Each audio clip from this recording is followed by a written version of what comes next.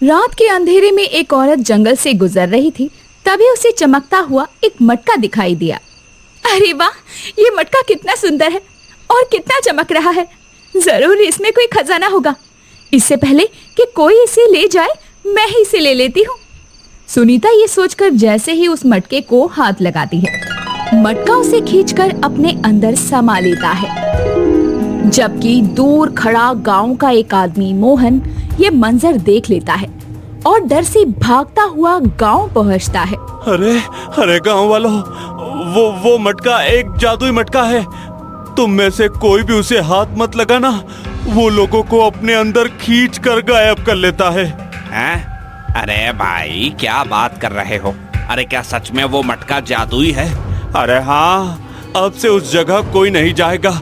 हमें अपनी जान बहुत प्यारी है। अब उस घटना के बाद उस जगह जाने पर रोक लगा दी जाती है।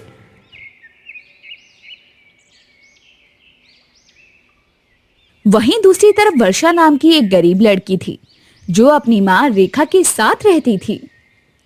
बेटी, तुम कहाँ जा रही हो? माँ, मैं लकड़ी चुनने जंगल जा रही हूँ। वैसे भी तुम्हारी तबीयत खराब है और वैद्य जी ने तुम्हें समय पर दवाई लेने के लिए कहा है, इसलिए मैं जल्दी काम पर जा रही हूँ। बेटी, तू इतनी परेशान क्यों होती है? अब मेरी जिंदगी के दिन ही कितने बचे हैं। नहीं माँ, ऐसा मत कहो। अभी तुम्हें बहुत जीना है और मेरी तरक्की देखनी है। वर्षा इतना कहकर जंगल चली जाती है। अरे ये क्या, यहाँ तो एक भी लकड़ी नहीं है।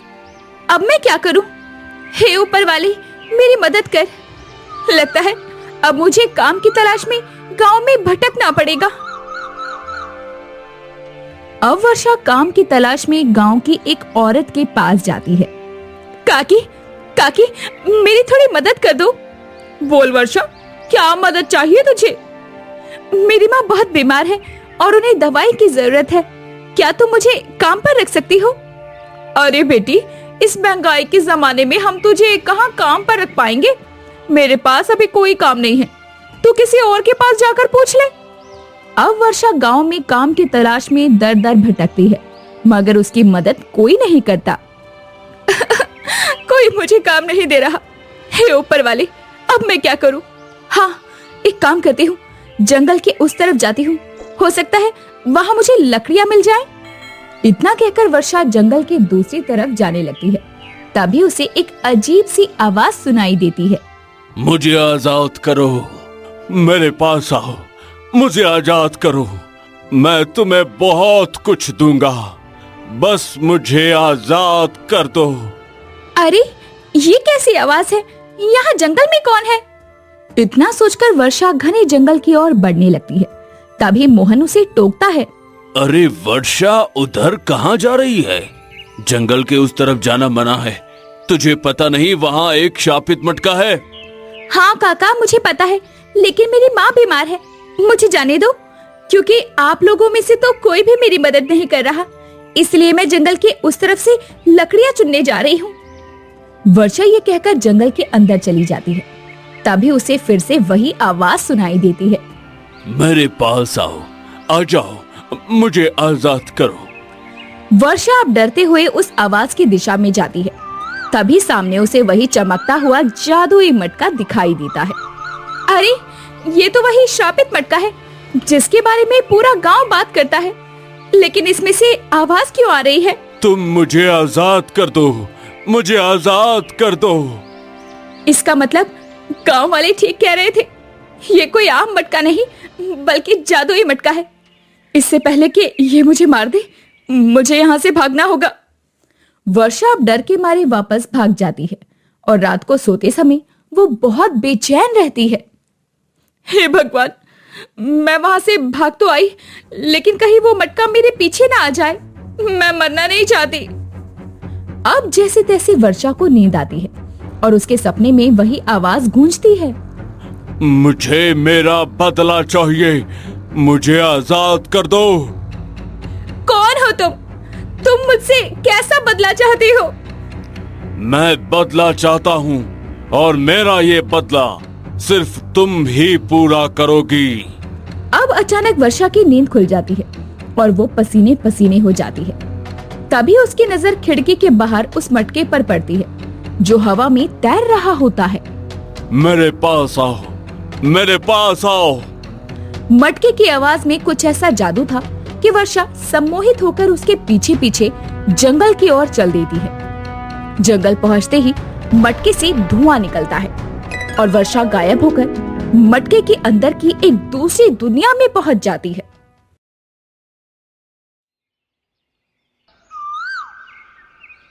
वर्षा, वर्षा, अरे वर्षा कहाँ चली गई? मुझे उसे ढूंढना होगा। अब बीमारी की हालत में रेखा जैसे तैसे उसे ढूंढने निकलती है। अरे वर्षा की माँ, तुम यहाँ क्या कर रही हो? मेरी बेटी नहीं मिल रही, उसी को ढूंढ रही हूँ। वो तो उस जादुई मटके की तरफ गई थी। मैंने मना भी किया था पर वो नहीं मानी। ये सुनकर रेखा के पैरों तले जमीन खिसक जाती है। नहीं, उसे उस मटके के पास नहीं जाना चाहिए था। अगर वो मटका खुल गया तो अनर्थ हो जाएगा। तभी वहाँ एक साधु बाबा आते हैं। क्या हुआ पुत्री, तुम रो क्यों रही हो बेटा? रेखा साधु बाबा को सारी बात बताती है। पुत्री, तुमने जो अतीत में किया था अब उसके बदले की बारी है। वो वापस आ गया है। नहीं साधु बाबा, मेरी बेटी मासूम है। मैंने जो किया उसकी सजा उसे नहीं मिलनी चाहिए। ये नियति में लिखा है बेटी।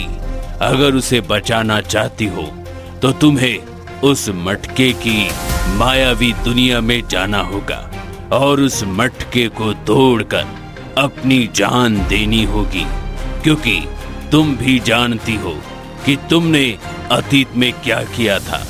अब उसका भुगतान भी तुम्हें ही करना होगा।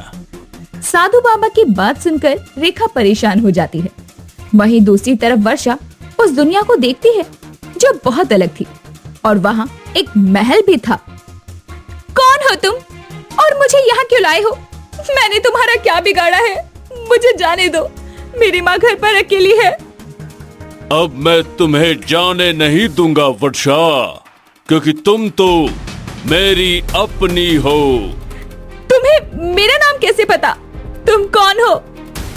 तभी मटके से एक राजकुमार की आकृति निकलती है। मैं राजकुमार वंश हूँ। याद करो, तुम मेरी प्रेमिका हो। राजकुमार? प्रेमिका? ये सब क्या कह रहे हो तुम? तभी अचानक मटके से एक तेज रोशनी निकलती है और रेखा की आंखों के सामने अतीत के दृश्य आने लगते हैं।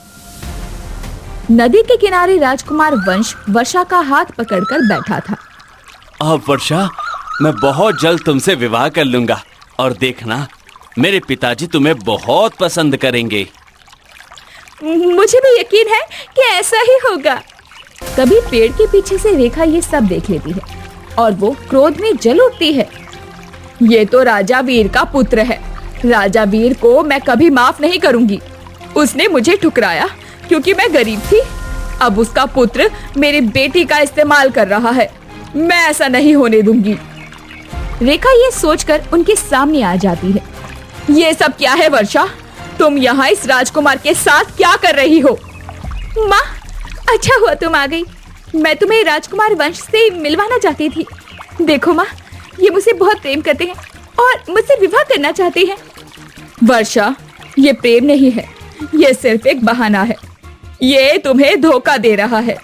सालों पहले इसके पिता ने भी मेरे साथ यही छल किया था। अब ये भी तुम्हारे साथ वही दोहराने वाला है। नहीं, ये झूठ है वर्षा। मुझे नहीं पता कि अतीत में क्या हुआ था, लेकिन मैं तुमसे सच्चा प्रेम करता हूँ। नहीं, ये कोई प्रेम नहीं है। तुम्हारे पिता ने मुझे धोखा दिया था और उस अपमान की आग आज भी मेरे अंदर जल रही है। तुम मेरी बेटी का पीछा छोड़ दो, वरना अच्छा नहीं होगा। आप कुछ भी कर लीजिए, लेकिन मैं वर्षा का साथ कभी नहीं छोड़ूंगा। ठीक है, तुम ऐसे नहीं मानोगी। अब रेखा चुपचाप वहाँ से सीधे तांत्रिक के पास जाती है और उसे सारी बात बताती है। तो तुम राजा वीर से अपना बदला लेना चाहती हो? ठीक है, ये लो जादुई भस्म। इसे अपनी बेटी पर डाल देना, जिससे उसकी याददाश्त चली जाएगी और रही बात उस राजकुमार की, तो इस अभिमंत्रित जल को उस पर छिड़क कर उसे इस मटके में कैद कर देना। इससे तुम्हारा बदला भी पूरा हो जाएगा और तुम्हारी बेटी का पीछा भी छूट जाएगा। रेखा भस्म और जल लेकर वापस उन दोनों के पास पहुंचती है। अब मेरा बदला पूरा होगा। माँ, ये तुम क्या कह रही हो?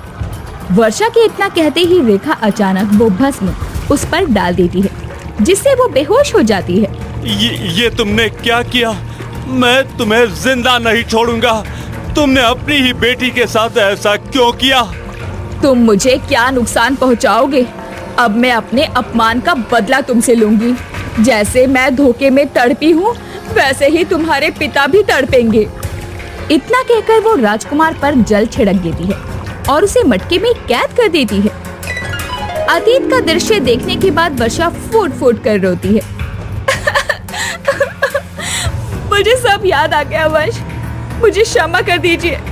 मेरी माँ के प्रतिशोध ने हमारी दुनिया उजाड़ दी, लेकिन आपने गांव के लोगों को मटके में क्यों खींचा? सबको नहीं, सिर्फ सुनीता को, क्योंकि वो एक लालची औरत थी और मैं ये चाहता था कि यहाँ तुम्हारे अलावा कोई न आए। ओह, अच्छा, लेकिन अब आप यहाँ से कैसे आजाद होंगे? वर्षा, मैं यहाँ से तभी आजाद हो सकता हूँ जब इस मटके को कोई तोड़कर अपने प्राण का बलिदान देगा। तभी मटके की मायावी दुनिया में रेखा प्रवेश करती है और बदहवास रोती हुई उसके पास आती है। मेरी बच्ची, मुझे माफ कर दे। प्रतिशोध की आग में अंधी होकर मैंने तेरा सुख चैन सब छीन लिया।